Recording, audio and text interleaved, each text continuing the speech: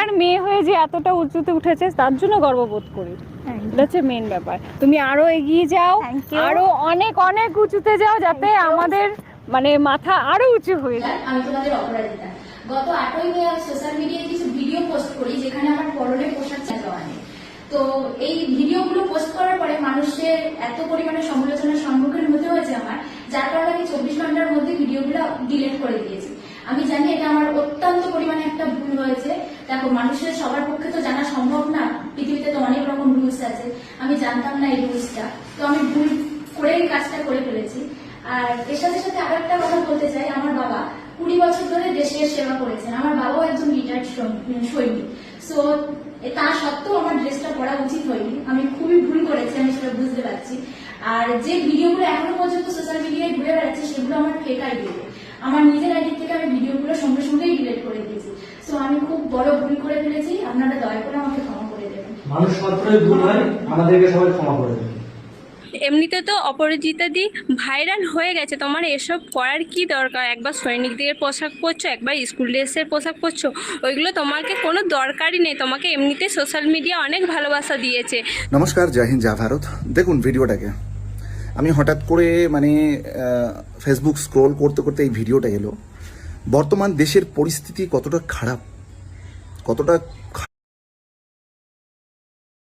Social influencer তারা আমাদের সেনাবাহিনীর বিএসএফের ইউনিফর্ম পরে রাস্তায় ধেই ধেই করে নাচছে।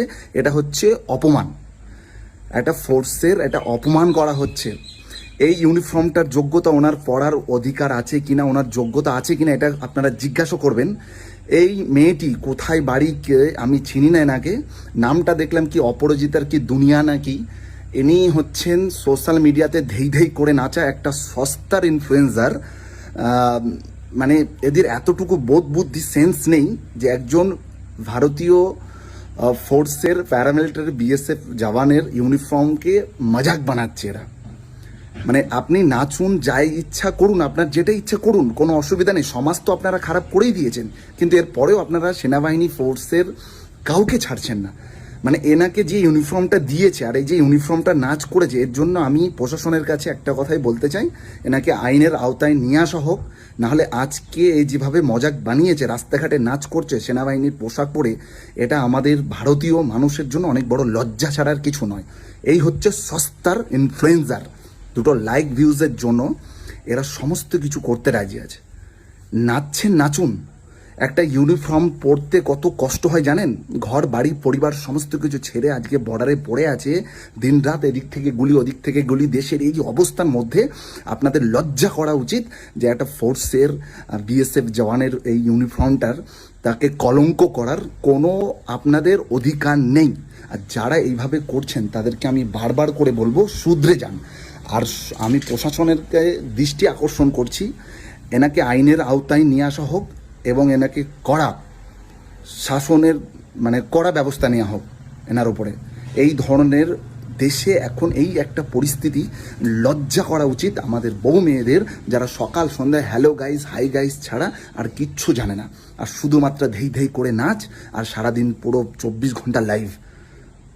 অপরাজিতা দিদি ভাই খুব খারাপ কাজটা করেছেন। তো দাদাভাই একটা কথাই বলবো, ক্ষমা চেয়েছে যখন, আপনারা সবাই ওনাকে ক্ষমা করে দিন।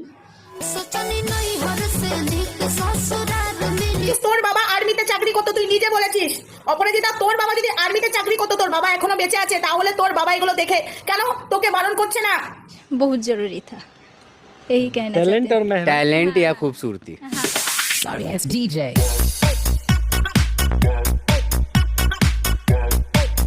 এরকম কখনো মনে হয়নি যে অন্যের মতো আমিও হঠাৎ করে ভাইরাল হয়ে যাবো, এরকম করে কখনো। कमेंट में पूछा है दीदी आप कहाँ से हो, तो मैं उन सारे लोगों को कहना चाहता हूँ कि हम लोग वेस्ट बंगाल यानी पश्चिम बंगाल के नदिया डिस्ट्रिक्ट के हरिंगघाटा पुलिस स्टेशन के पास एक छोटा सा गांव से बिलोंग करता हूँ।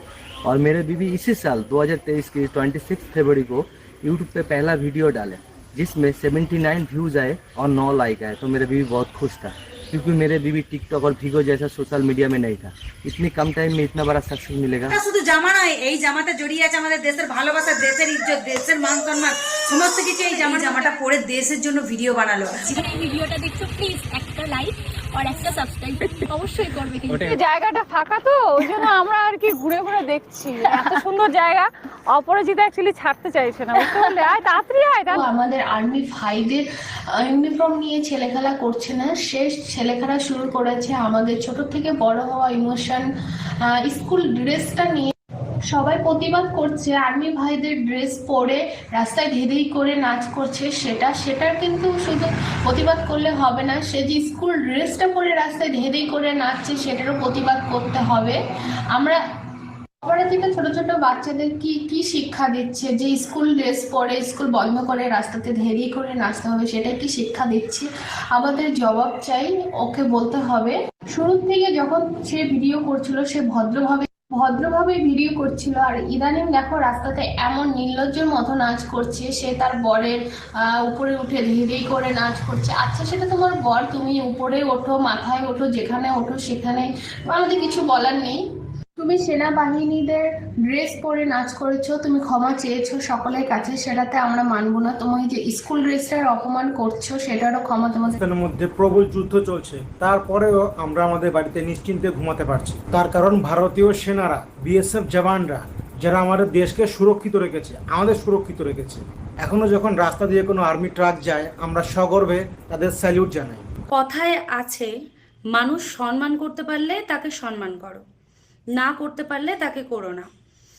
আসল কথা হলো অপরাজিতা, যিনি ডান্সার বড়, তিনি এত বড় ক্রিয়েটার হয়ে এত বড় ভুলটা কিভাবে করলেন আমি